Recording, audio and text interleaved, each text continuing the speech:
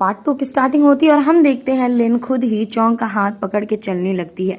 और अब चोंग लिन के लिए एक गेम खेलने लगता है जिसमें वो एक रिंग उसके लिए जाता है और लिन को पहना देता है। और तभी वहाँ एक जूनियर आज चोंग को बोलती है, क्या आप मुझे अपने सोशल मीडिया में ऐड कर सकते हो, आप बहुत हैंडसम हो। तो चोंग कहता है ठीक है, मेरे को प्रॉब्लम नहीं है, बट पहले तुम्हें मेरी गर्लफ्रेंड से पूछना होगा, अगर वो मान जाएगी तो मुझे कोई दिक्कत नहीं है। तो वो लड़की लिन से पूछती है और लिन हाँ कह देती है, जिससे चोंग को बहुत गुस्सा आ जाता है। और अब एक टीचर इन दोनों को पहचान लेते हैं। तो लिन सोचती है चोंग तो इस स्कूल से नहीं पढ़ा है, तो आखिर वो टीचर को कैसे जानता है। और वो ये बात चोंग से भी पूछती है। तो चोंग बोलता है मैं तुम्हें बहुत पहले से जानता हूँ, वैसे ही इन्हें भी, बट तुम्हें ये बात समझ कैसे आएगी। और अब ये लोग नूडल्स खाने आते हैं जहाँ की वर्कर भी लिन के साथ चोंग को पहचान रही थी।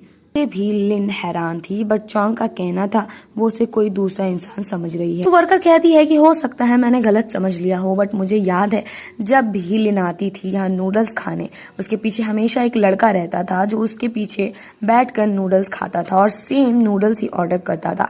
और अब ये लोग घर आ जाते हैं जहाँ चोंग लिन के ऊपर गुस्सा कर रहा था बिकॉज उसे उस लड़की को मना नहीं किया था। तो लिन कहती है मुझे लगा वो लड़की तुम्हारे लिए ज्यादा सुटेबल है इसलिए।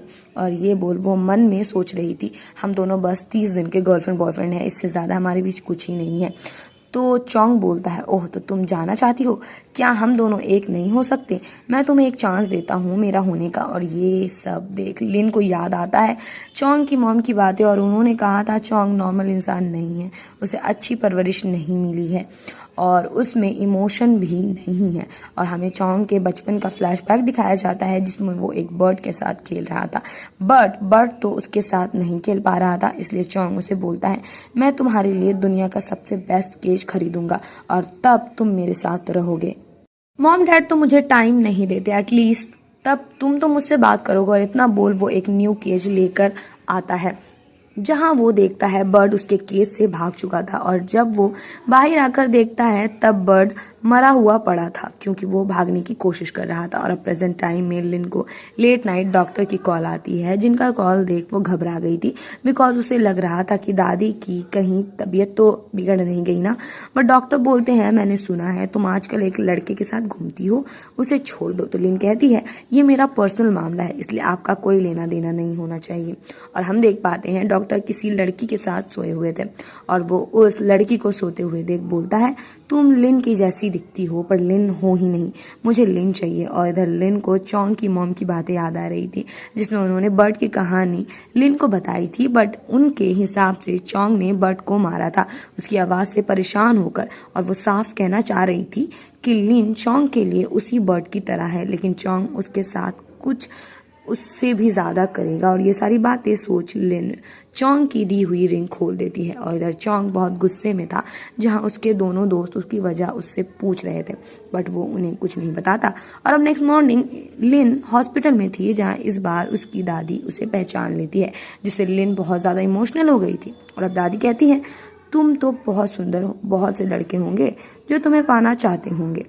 तो लिन कहती है मुझे कोई नहीं चाहिए, मुझे सिर्फ आप चाहिए। तो दादी कहती है पागल लड़की, मैं तो हमेशा तुम्हारे साथ, मगर उस लड़के का तुम ख्याल रखो मेरे लिए। तो लिन कहती है मगर दादी वो एक अच्छा इंसान नहीं है, आपको वो पसंद नहीं आएगा। तो दादी कहती है वो बुरा इंसान है, फिर भी तुम्हें वो पसंद है तो सोचो उसे कितना पसंद करती होगी तुम। तो लिन कहती है पसंद तो करती हूँ उसे, वो आपको देखने हॉस्पिटल भी आता है, पर मुझे समझ नहीं आ रहा मैं क्या करूं। तो दादी कहती है कुछ करने की तुम्हें जरूरत ही नहीं है, वो पसंद है तो उसे पसंद करती रहो।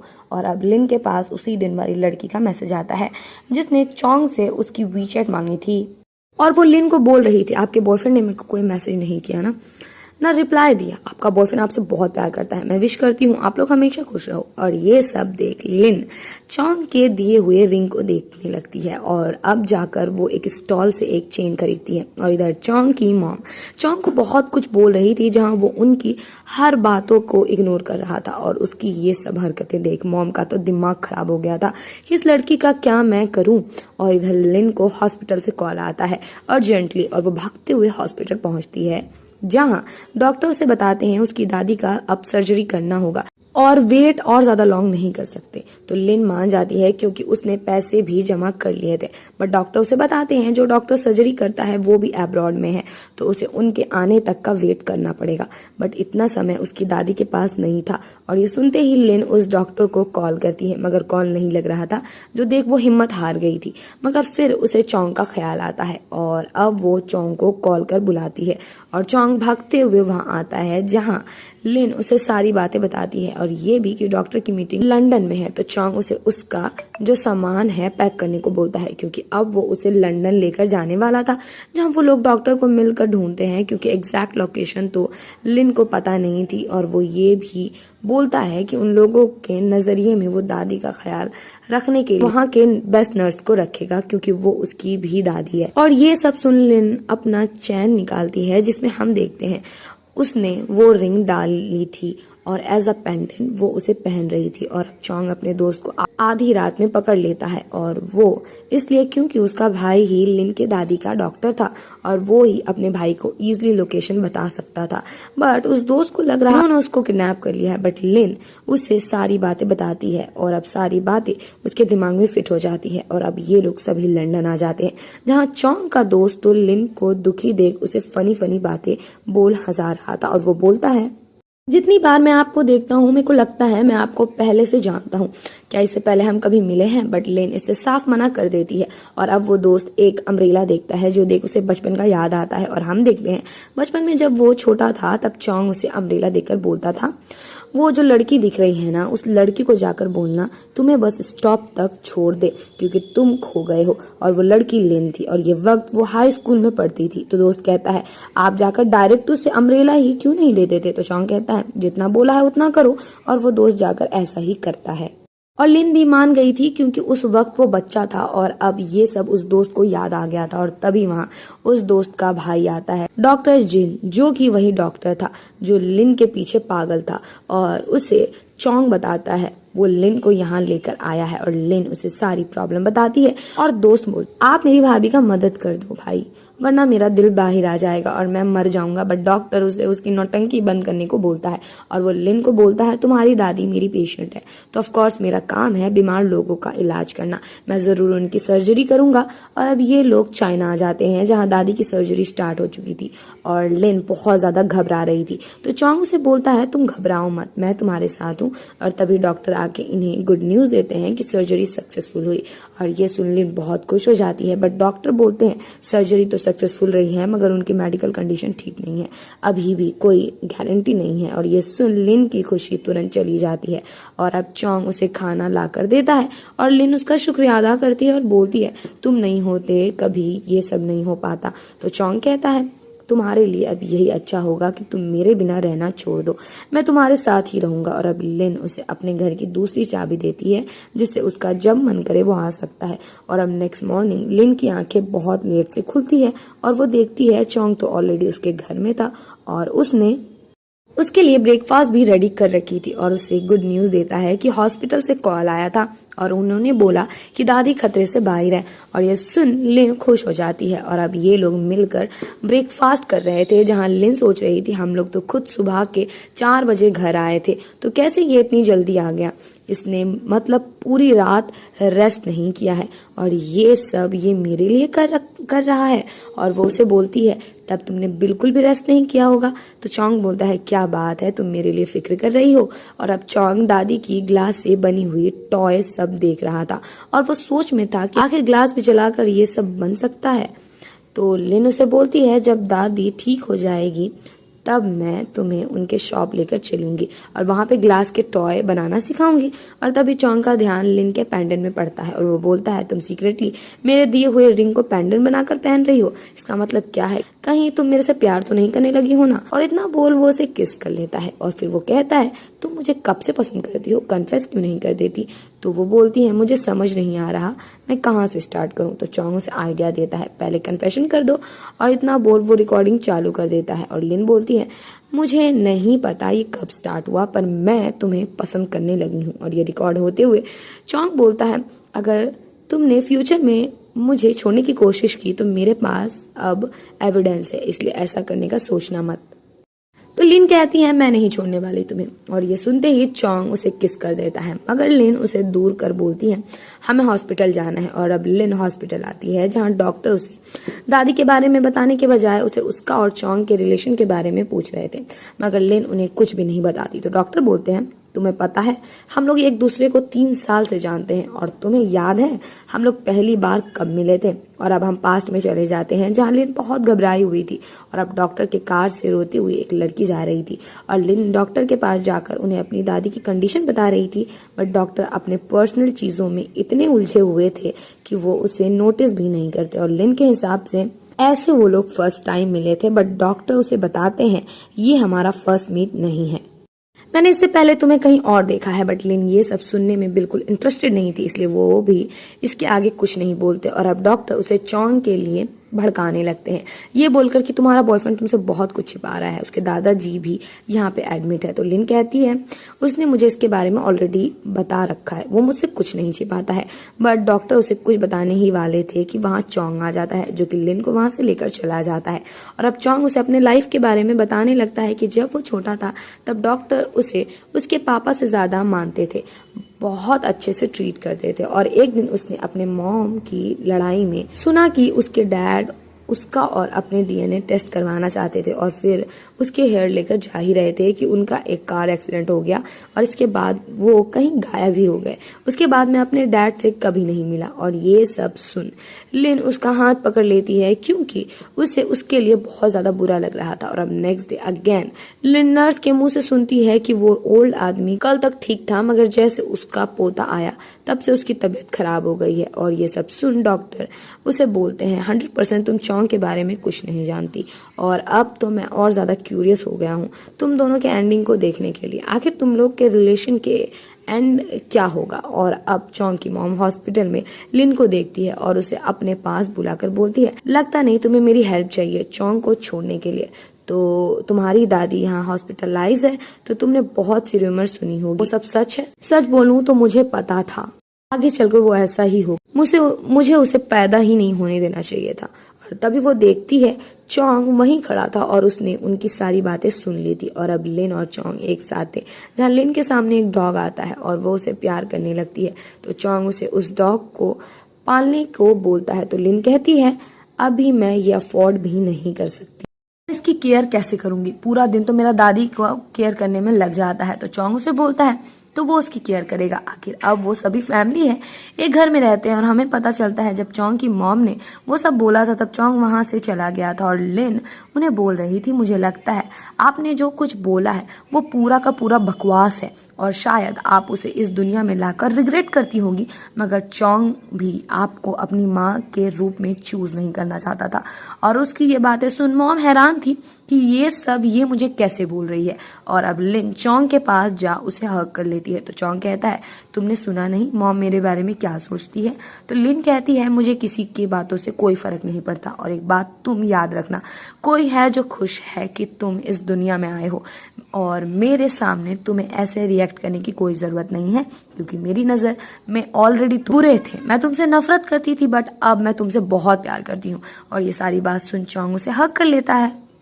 और अब ये लोग दादी के पास आ जाते हैं, जहाँ दादी लिन को अगेन नहीं पहचान रही थी, और वो चोंग को उनका बेटा समझ रही थी। और अब प्रेजेंट में लिन और चोंग पेट डॉक्टर के पास आए थे अपने डॉग को लेकर, जहाँ डॉग चोंग को अपने पंजे से मार देता है, जो देख लिन को उसकी फिक्र होने लगती है। और अब घर आते ही लिन उसके हाथों में मेडिसिन लगाने लगती है, और चोंग उसे बताता है ऐसे ही वो एक बर्ड को पालता था, लेकिन वो एक दिन मर गया, और जब उसने पहली बार लिन को देखा था तब उसे उस बर्ड का ही ख्याल आया था, और चोंग ने उस बर्ड की टैटू करा रखी थी।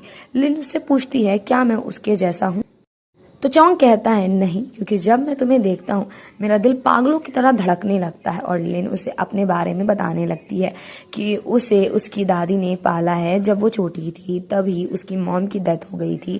मेरे डैड एक फायर फाइटर थे, वो ऑलवेज बिजी रहते थे लोगों की जान बचाने में, सब कहते थे कि वो एक ग्रेट इंसान थे। कुछ टाइम बाद उनकी ड्यूटी में डेथ हो गई, और इतना सब बता वो चोंग को किस कर देती है, जो देख चोंग उसके साथ अब इंटीमेट होने लगता है, बट लिन उसे रोकती है। तो चोंग उसे बोलता है तुम मेरी बर्ड नहीं मेरी जिंदगी हो। फिर ये लोग इंटीमेट हो जाते हैं। और अब नेक्स्ट डे ये लोग दादी को घर लेकर आ जाते हैं, जहां दादी इन दोनों में से किसी को नहीं पहचान रही थी और वो लिन को उनके घर से निकलने को बोलती है, क्योंकि उनके हिसाब से उनकी लिन अभी प्राइमरी स्कूल में पढ़ती है। और तभी वहां एक नर्स आती है जिसे चोंग ने हायर किया था दादी के लिए। तो लिन कहती है मैं अपनी दादी का ख्याल रख सकती हूँ। तो चोंग कहता है वो मेरी भी दादी है और मैं तुम्हारी कोई मदद नहीं कर रहा, ये मेरा फर्ज बनता है। और अब चोंग लिन को एक नया घर दिखाने को लाता है और ये वो घर था जिसमें वो लोग शादी के बाद रहेंगे। और ये सब देख लिन खुश थी, लेकिन वो घर के अंदर अपने डॉग को देखती है जिसे वो और ज्यादा खुश हो जाती है और वो बोलती है बू को भूख लगी है। तो चोंग कहता है बू के डैड भी भूखे हैं, उन्हें भी भूख लगी है। और इतना बोल वो लिन के साथ रोमांस करने लगता है, बट लिन उसे दूर कर अपने डॉग के साथ खेलने लगती है। तो चोंग कहता है लगता है मैं इस पेट से ज्यादा इम्पोर्टेंट नहीं हूँ, तो बू अब तुम अकेले रहो, हम दोनों चले। और अब चोंग लिन को लेकर अपने दोस्त को दिखाने के लिए आता है, जो कि हॉस्पिटलाइज था बिकॉज उसकी गर्लफ्रेंड से उसकी फाइट हो गई थी और उसने बहुत ड्रिंक कर लिया था, जिस वजह से उसे मिनी हार्ट अटैक आ गया था। और उसके दोस्त का ऑलरेडी हार्ट की डिसीज है और वो दोस्त उन्हें बोलता है मरना और जीना वो तो जिंदगी का नाम ही है, सब कुछ लिखा हुआ है, क्या होगा क्या नहीं, इसलिए इस बात को आप लोग इतना बड़ा मत समझो। और ये सब देख लिन को अपनी दादी की फिक्र होने लगती है, बट चोंग उसे कंफर्ट देता है। और अब चोंग और लिन कार में थे, जहां चोंग लिन से गुस्सा था बू वाले इंसिडेंट को लेकर, तो लिन उसे किस करने वाली थी कि ये चोंग को कॉल आ जाता है। और अब नेक्स्ट सीन में लिन दादी को देखकर टेंस थी, जो देख चोंग उसे बोलता है मैं तुम्हें डिनर के बाद एक बहुत अच्छी जगह लेकर जाऊंगा। और अब जब ये लोग निकल रहे थे, तब जाने से पहले दादी चोंग को प्यार से ऑरेंज खिलाती है। और अब ये लोग वो जगह पहुंच जाते हैं जहां जिन आ लिन को बोलती है तुम बस नौटंकी करती हो चोंग के सामने बेचारी और कमजोर होने का, और अब तुम मेरे सामने भी नाटक कर रही हो जो कि तुम्हारी राइवल है। तो लिन कहती है मुझे कोई जरूरत नहीं तुम दोनों में से किसी के भी सामने नाटक करने की, तुम्हें उसमें क्या अच्छा लगता है। तो जिन कहती है बहुत कुछ, वो सबसे ज्यादा पावरफुल है जितना भी कंपनी है उसमें, और सबसे ज्यादा हैंडसम भी। तो लिन कहती है ओह तो तुम उसे इसलिए पसंद करती हो क्योंकि उसके पास पैसे हैं। तो लिन कहती है क्यों, तुम भी तो यही वजह से उसे पसंद करती होगी, इसमें गलती क्या है। तो लिन कहती है मैं पैसों के लिए नहीं उससे प्यार करती हूँ, अगर उसके पास ये सब ना भी हो तो भी मैं उसे पसंद करूंगी, जैसे वो मुझे अभी पसंद करता है, जबकि मेरे पास कुछ भी नहीं है। और मैं तुम्हारी राइवल नहीं हूँ क्योंकि तुम मेरे राइवल बनने के लायक ही नहीं हो। और ये सारी बातें सुन जिन चिढ़ गई थी। तो चोंग उससे पूछता है ऐसा क्या बोल दिया उसे जो इतना गुस्सा आ गया। तो लिन कहती है बस जो उसे समझती हूँ बस उसे वही बता दिया। और अब चोंग उसे वैसे जगह लेकर जाता है जहाँ उसने उसके लिए बहुत सारे पटाखे लगा रखे थे, और वो सब देख लिन बहुत खुश थी और ये सब देख वो बहुत एंजॉय कर रही थी कि तभी चोंग उसे शादी के लिए प्रपोज कर देता है और लिन भी तुरंत हाँ कर देती है, जिससे अब ये दोनों ही बहुत खुश थे। और अब नेक्स्ट मॉर्निंग लिन अपने डोम छोड़कर जा रही थी और वो अपनी दोस्त को बताती है उसका बॉयफ्रेंड उसका वेट कर रहा है, जो सुन उसकी फ्रेंड हैरान हो जाती है कि तुम्हारा कब से बॉयफ्रेंड बन गया। लेकिन जो भी हो अब तुम एक इंसान के जैसा रहने लगी हो, क्योंकि पहले तुम हमेशा दुखी लगती थी, हम लोगों से ज्यादा बातें भी नहीं करती थी, हम सभी को तुम्हारी फिक्र होती थी, बट लगता है तुम्हारा बॉयफ्रेंड तुम्हारे साथ कुछ ज्यादा ही अच्छे से रहता है। बट मैं देखना चाहती हूँ कि मेरे स्कूल की ब्यूटी को आखिर किडनैप किसने किया है। और वो जैसे चोंग को देखती है वो तो डर जाती है और जितना जल्दी हो सके वो वहां से बहाना मार के भाग जाती है। तो चोंग कहता है तुम्हारी दोस्त को लगता है मुझसे डर गई। तो लिन कहती है हाँ जैसे मैं तुम्हें फर्स्ट टाइम देखकर डर गई थी। तो चोंग कहता है मैंने वो सब कुछ जानबूझकर किया था। तो लिन कहती है हाँ मुझे पहले से ही समझ आ गया था। और अब लिन अपनी प्रिंसिपल के पास आती है, जहाँ प्रिंसिपल उसे बताती है उसके मार्क्स हमेशा अच्छे आए हैं, इसलिए मैं तुम्हें 3 जगह सजेस्ट कर रही हूँ, तुम वहां जाकर पढ़ा सकती हो। लेकिन लिन जाने से मना कर देती है, बट प्रिंसिपल उसे समझाती है उसके लाइफ के लिए बहुत अच्छी अपॉर्चुनिटी है। आई नो कि तुम्हारी दादी की तबीयत खराब है, बट अपने लिए भी सोचो। और अब लिन अपने क्लास आती है जहाँ सारे लड़कों को वो बहुत सुंदर लग रही थी, बट एक लड़का उसके सामने पैर रखकर उससे गिराने वाला था, बट चोंग उसे बचा लेता है। और चोंग को देखकर ही अब नहीं लगता कोई भी लड़का लिन के आसपास भी आएगा। और चोंग भी न्यू स्टूडेंट बनकर पढ़ने आया था, जहां लिन की दोस्त सब उसकी बुराई कर रही थी। जिस दोस्त को उन लोगों के रिलेशन के बारे में पता था वो सोच रही थी कि अब इन लोगों का क्या होगा, ये लोग क्यों बुराई कर रहे हैं। और अब लिन की सारी दोस्त लिन के साथ एक लास्ट बार डिनर करना चाहती थी, क्योंकि लिन का क्या पता वो कभी भी अब्रॉड चली जाए।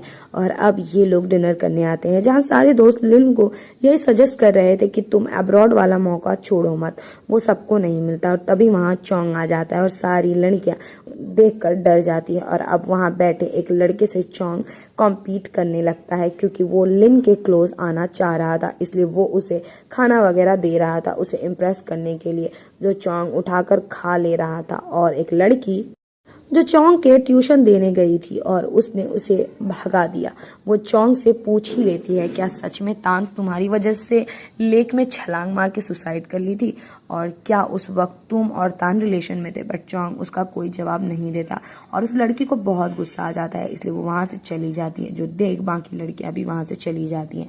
और वो बंदा लिन को बोल रहा था, मैं तुम्हें घर छोड़ दूंगा, तो चोंग जानबूझकर एक्ट करने लगता है मानो उसने ड्रिंक कर ली, और वो लिन को उसे ड्रॉप करने बोल रहा था, इसलिए लिन उस बंदे को साफ मना कर देती है। और अब नेक्स्ट सीन में लिन चोंग को ग्लास टॉय शॉप लेकर जाती है और उसे बताती है, ये शॉप मेरी दादी का था, फिर उन्होंने ये बेच दिया। और अब लिन चोंग को ग्लास के टॉय बनाना सिखाने लगती है। और अब ये सब के बाद लिन और चोंग एक साथ क्वालिटी टाइम स्पेंड कर रहे थे, और लिन देखती है उसके ग्रुप में बस उसके और चोंग के रिलेशन को लेकर चर्चा हो रही थी, जहां वो लोग बोल रहे थे सबको ही पता है पास्ट में क्या हुआ था। लगता है लिन को मौत से डर नहीं लगता, मगर लिन तो उसके पैसों में चली गई है, तो अब क्या ही उसे डर लगेगा। अगर तुम्हारे पास पैसे नहीं है तो मैं दे देती हूँ, मगर उससे दूर हो जाओ। और ये सारी उसकी दोस्त ही थी, बट लिन उन्हें टेक्स्ट कर बोलती है, मैं चोंग के साथ बहुत खुश हूँ और मैं अच्छे से जानती हूँ वो कैसा इंसान है। और अब लिन के पास उसके सीनियर का कॉल आता है, जो कि उसे बोलते हैं, मैं तुमसे चोंग के 2 साल पहले वाले केस को लेकर बात करना चाहता हूँ। बट लिन उसे बोलती है, बट मैं ये सब उसी इंसान के मुंह से सुनना चाहती हूँ जो ये सब में इन्वॉल्व था। और अब वो चोंग को बोलती है, सीनियर मुझे बुला रहे हैं 2 साल पहले वाले इंसिडेंट को लेकर डिस्कस करने के लिए, बट मुझे वो सब तुम्हारे मुंह से सुनना है। तो चोंग कहता है, तान की डेथ से मेरा कोई लेना देना नहीं था और वो कभी मेरी गर्लफ्रेंड नहीं थी। और अब हमें पूरी कहानी बताई जाती है कि तान जो थी उसे सारे स्टूडेंट बुली करते थे, और इसमें चोंग ने उसे एक बार बचा लिया था। तब तान ने उसे रिक्वेस्ट की थी कि वो उसे माउंटेन वाले टेम्पल लेकर चले, तो वो लेकर चला गया था। और उस वक्त वो लेक के पास अकेला रहना चाहती थी, इसलिए वो वहां से चला गया था उसके कहने पर, और उसके जाते ही ये सब हो गया। तो लिन कहती है, मगर तुमने उसकी हेल्प क्यों की थी।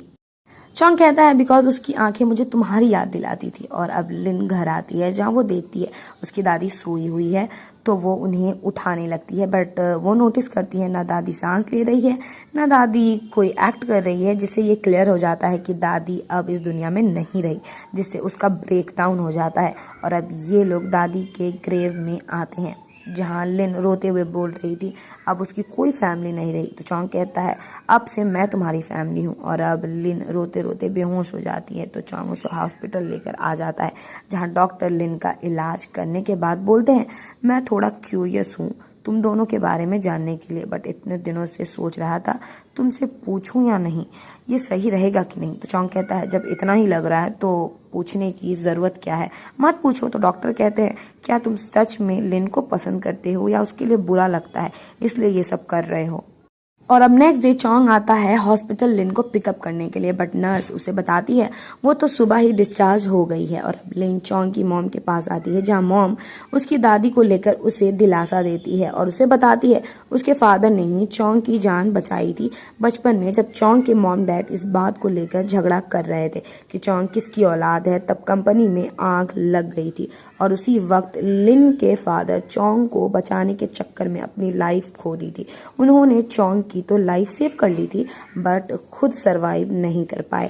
और ये सब सुन लिन हैरान थी, और चोंग की मॉम को लग रहा था वो चोंग को छोड़ देगी। और अब नेक्स्ट सीन में चोंग लिन के पास आता है, जहाँ लिन रो रही थी, और वो उससे पूछती है, तुमने मुझे फर्स्ट टाइम कब देखा था, कहीं तुम उस वक्त ये तो नहीं सोच रहे थे ना कि मैं अपने डैड जैसी दिखती हूँ। और इधर लिन की दोस्तों को पता चलता है लिन ने अब्रॉड जाने के फैसला किया है और इधर चोंग को भी ये बात पता चल गई थी और अब वो लिन के पास आता है जहाँ लिन उसे बताती है वो अब्रॉड जा रही है और वो उसे उसका वेडिंग रिंग लौटा देती है और उसने जितना भी दादी के ऊपर खर्चा किया था वो सारे पैसे भी लिन ने उसे लौटा दिए थे। तो चोंग कहता है मैं तुम्हारी फैमिली बन सकता हूँ, तुम्हें अब्रॉड जाना है तो चली जाओ, हमारे रिश्ते से ब्रेक चाहिए तो वो भी ले लो, बट ये तो बता दो तुम्हें हाँ करने में कितने साल लगेंगे। बट लेन उसे ब्रेकअप कर देती है। तो चोंग कहता है मैं तुम्हें जाने नहीं दूंगा, तुमने मुझे बोला था तुम मुझे पसंद करती हो, मेरे साथ रहना चाहती हो, अगर आज तुम यहाँ से गई एक बात समझ जाना मैं किसी से प्यार नहीं कर लूंगी,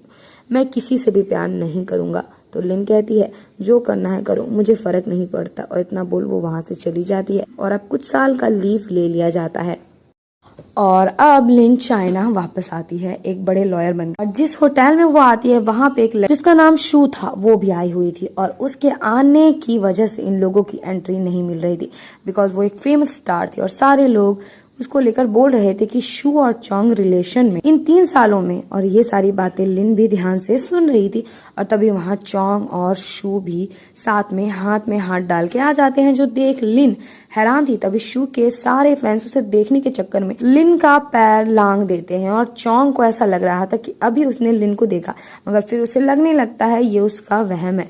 और अब लिन अपना न्यू अपार्टमेंट लेने के लिए अपार्टमेंट्स देख रही थी जहाँ वो अपना पुराना वाला अपार्टमेंट देखने आती है जो कि अब बिल्कुल चेंज हो चुका है और वहां पर उसे एक डॉग भी मिलती है जो कि उसे बिल्कुल बू जैसी लग रही थी। और इधर चोंग सारे एम्प्लॉय के ऊपर गुस्सा कर रहा था क्योंकि उन लोगों का जो न्यू प्लान था लॉ फॉर्म को लेकर वो उसे बिल्कुल पसंद नहीं आया और वो लिन का बॉस था और लिन भी ऑफिस जा रही थी जहाँ रास्ते में शू मिलती है जो कि उसे देख बोलती है क्या हम लोग कभी मिले क्योंकि आप फैमिलियर लग रही हो। बट इस बात से लिन साफ मना कर देती है और अब शू चोंग को कॉल कर बताती है वो अभी लिन से मिली और अब उसे समझ आया वो अजीब बिहेव क्यों कर रहा था। एयरपोर्ट में भी नौटंकी करवाई और होटल में भी, ये सब उसके ही लिए था। और अब चोंग के दोस्त उसे चिढ़ा रहे थे जहाँ एक दोस्त उसे बोलता है अगर भाभी किसी और आदमी से शादी कर ले तब क्या करोगे। तो चोंग बोलता है उसे मार डालूंगा। और इधर लिन अपने पुराने घर में अभी वाले ओनर को कॉल कर उससे पूछती है क्या वो अपना घर बेचना चाहते हैं क्योंकि वो इंटरेस्टेड है उसे खरीदने में। बट ओनर मना कर देते हैं। तो लिन इसकी वजह पूछती है तो ओनर कहते हैं ये घर मेरी एक्स वाइफ का है, उसने मुझे छोड़ दिया और अब उसकी याद में बस ये घर ही है मेरे पास। और ये सुन लिन समझ जाती है ये ऑनर और कोई नहीं बल्कि चोंग था। और अब लिन ऑफिस आती है जहाँ वो इतने सालों के बाद चोंग को देखती है और लिन का सीनियर बताता है चोंग यहाँ शू की स्कैंडल को ठीक करने आया था क्योंकि उसकी कंपनी के साथ शू की कंपनी मर्ज है इसलिए उसे ये सब देखना पड़ता है। और अब लिन घर में बू के साथ खेल रही थी जहाँ पुलिस उसके घर आते हैं जो कि उसे बताते हैं उसने किसी के डॉग को किडनैप कर लिया है और ये बात किसी ने रिपोर्ट की है तो उसे पुलिस स्टेशन चलना पड़ेगा। तो लिन सोचती है बू को किसी ने अडॉप्ट कर लिया था और अब वो पुलिस स्टेशन आ जाती है जहाँ चोंग आता है क्योंकि वो ही बू का ओनर था। और लिन उसे हैंडशेक करने के लिए हाथ आगे बढ़ाती है बट चोंग अपनी डॉग को लेकर उसे इग्नोर कर वहां से चला जाता है। और अब नेक्स्ट सीन में लिन के पास चोंग का दोस्त आता है जो कि अभी भी उसे भाभी बोल रहा था बट लिन उसे भाभी बोलने से मना कर देती है। और तभी वहां चोंग आता है तो लिन जानबूझकर अपने सीनियर का हाथ पकड़ लेती है। ये देख चोंग भी शू का हाथ पकड़ लेता है और शू भी ऐसे एक्ट करने लगती है मानो वो चोंग को डेट कर रहे हैं ये है। और ये सब देख लिन वॉशरूम आ जाती है जहाँ उसे चोंग की लास्ट बात याद आ रही थी कि अगर वो गई तो वो किसी से प्यार नहीं करेगा और ये सब याद कर वो बहुत अपसेट हो गई थी। बट तभी वहाँ चोंग आकर उसे किस कर लेता है जहाँ पहले तो लिन उसे रोकती है मगर फिर वो भी उसे किस करने लगती है। और वॉशरूम के बाहर शू आकर बोल रही थी ये लॉक क्यों हो रखा है बट लिन उसे इग्नोर चोंग को किस किए जा रही थी और उसने तो उसके शर्ट के बटन तक को तोड़ दिया था। और जब वो बाहर आती है तो शू बोलती है तुम्हारा लिप सूझा हुआ क्यों है, मुझे तो लग रहा है किसी ने किस किया है तुम्हें। और तभी वहाँ चोंग आकर इन सभी को बता वो लोग किस करने में बिजी थे। और ये सुन वो तीनों वहां से निकल जाते हैं और चोंग उसे बोलता है तुम्हारा उस सीनियर के साथ क्या रिश्ता है, बड़ा क्लोज होकर बात कर रही थी। तो लिन कहती है तुम भी तो शू के इतने क्लोज थे, कहीं किसी और से प्यार तो नहीं हो गया ना। तो चोंग कहता है अच्छा तो तुम जेलस हो और 8 साल में मैं तुमसे ही प्यार कर रहा हूँ, ये कम है क्या, पर तुम्हारा नहीं पता। तो लिन कहती है मैं तुम्हारे अलावा किसी और से प्यार नहीं करती। और ये सुन चोंग कहता है अगर इस बार तुमने झूठ बोला तो मैं तुम्हें मार डालूंगा। मैं तुम्हें दो चॉइस देता हूँ, या तुम मुझसे शादी कर लो या अभी तुरंत मेरी नजरों से गायब हो जाओ। तो लिन कहती है मैं तुमसे शादी करूंगी। और अब ये लोग तुरंत शादी करने के लिए मैरिज हॉल आ जाते हैं, बट वो बैंड हो चुका था। तो ये लोग मॉर्निंग होने का वेट करते हैं और जैसे मैरिज हॉल खुलता है ये लोग वहाँ सुबह सुबह पहुंच जाते हैं, जहाँ एक वर्कर ये सोचकर उन्हें डिवोर्स वाले एरिया जाने को बोलती है कि इतने सुबह सुबह जो आता है वो तो डिवोर्स ही लेने के लिए आता है ना। और अब ये लोग की शादी हो जाती है और फिर ये लोग रिंग लेने के लिए शॉप आते हैं। और अब नेक्स्ट सीन में चौंग के दोस्त लिन को कांग्रेट्स कर रहे थे कि उसकी शादी के लिए, और वो बोलते हैं उसने तुम्हें इन सालों में बहुत मिस किया है, वो हमेशा तुम्हें याद करता था और तुम लोग हमेशा खुश रहना। और अब लिन की दोस्त उसकी शादी की खबर सुन बहुत खुश हो गई थी। जो प्यार खत्म हो गया था वो वापस आ गया। और अब जैसे लिन घर आती है चौंग उसके साथ रोमांस करने लगता है। और अब नेक्स्ट मॉर्निंग लिन उठती है और वो देखती है चौंग ने उसके लिए ब्रेकफास्ट बना रखा है, बट वो ये करके बिजनेस ट्रिप में चला गया, जिस वजह से वो पूरे दिन अपसेट थी। और लिन को उसकी दोस्त मैसेज कर रही थी। उसने शू के फैंस के मुंह से सुना कि उन लोगों चौंग के प्राइवेट प्लेन में शू को जाते हुए देख, और ये सुन ली भी तुरंत छुट्टी ले नेक्स्ट डे वही प्लेस आ जाती है जहाँ चौंग था। और वहां आते ही उसे शू दिखती है, जिसे देख लिन उससे पूछती है क्या तुम चौंग के साथ यहाँ आई हो। तो शू कहती है हाँ, क्या आप जेलस हो गई हो इस बात से। और शू उसे बताती है वो कैसे चौंग से मिली थी, जब उसके ट्रेनिंग चल रही थी तब वो चौंग से मिली थी और तब उसने ये बोल दिया था कि लिन उसकी सिस्टर है, क्योंकि उन दोनों का प्यार मोहब्बत ट्रेंड में था और वो उसे जानती थी। और चौंग ने उसकी बातों में यकीन भी कर लिया था। उसके बाद उनके कंपनी में मुझे साइन कर लिया गया उनके बोलने पर, बट फिर उन्हें मेरा झूठ पता चल गया, इसलिए मैं खुद को बचाने के लिए उनके साथ एक स्कैंडल लीक कर दिया। मैंने खुद को बचाने के लिए उसके साथ एक स्कैंडल लीक कर दिया, क्योंकि मुझे पता था ये न्यूज़ आप तक भी पहुंच जाएगी। और अब लिन चौंग के पास आती है और उसे बोलती है तुम मेरा कॉल क्यों नहीं उठा रहे थे और मेरे पीछे शू के साथ थे। तो चौंग कहता है ओह, तो तुम जल गई और यहाँ मेरे को ढूंढते हुए आ गई, 2 दिन भी मेरे बिना नहीं रह सकती ना। तो लिन कहती है हाँ, मैं जेलस हो गई और मैं नहीं रह सकती 1 सेकंड भी तुम्हारे बिना। मैं रिग्रेट करती हूँ तुम्हारे साथ ब्रेकअप करके, रिग्रेट करती हूँ आखिर क्यों गई अब्रॉड। मैं डरपोक थी, मैं यहाँ इतने सालों से इसलिए नहीं आई क्योंकि मुझे डर लगता था तुम्हें किसी और से प्यार हो गया होगा। और अब इन दोनों में सब कुछ ठीक हो जाता है और अब ये लोग अपना एक प्रॉपर मैरिज करने के लिए आते हैं और अब इन दोनों की फाइनल शादी हो ही जाती है। और अब नेक्स्ट सीन में चौंग की मॉम लिन को कांग्रेट्स कर वहां से चली जाती है और अब लिन घर आ जाती है, जहां चौंग और उसकी क्यूट सी हस्बैंड वाइफ वाली रोमांस होने लगती है। और इसी के साथ इस ड्रामा की हैप्पी एंडिंग हो जाती है। तो ड्रामा कैसे लगा मुझे कमेंट करके प्लीज बताना।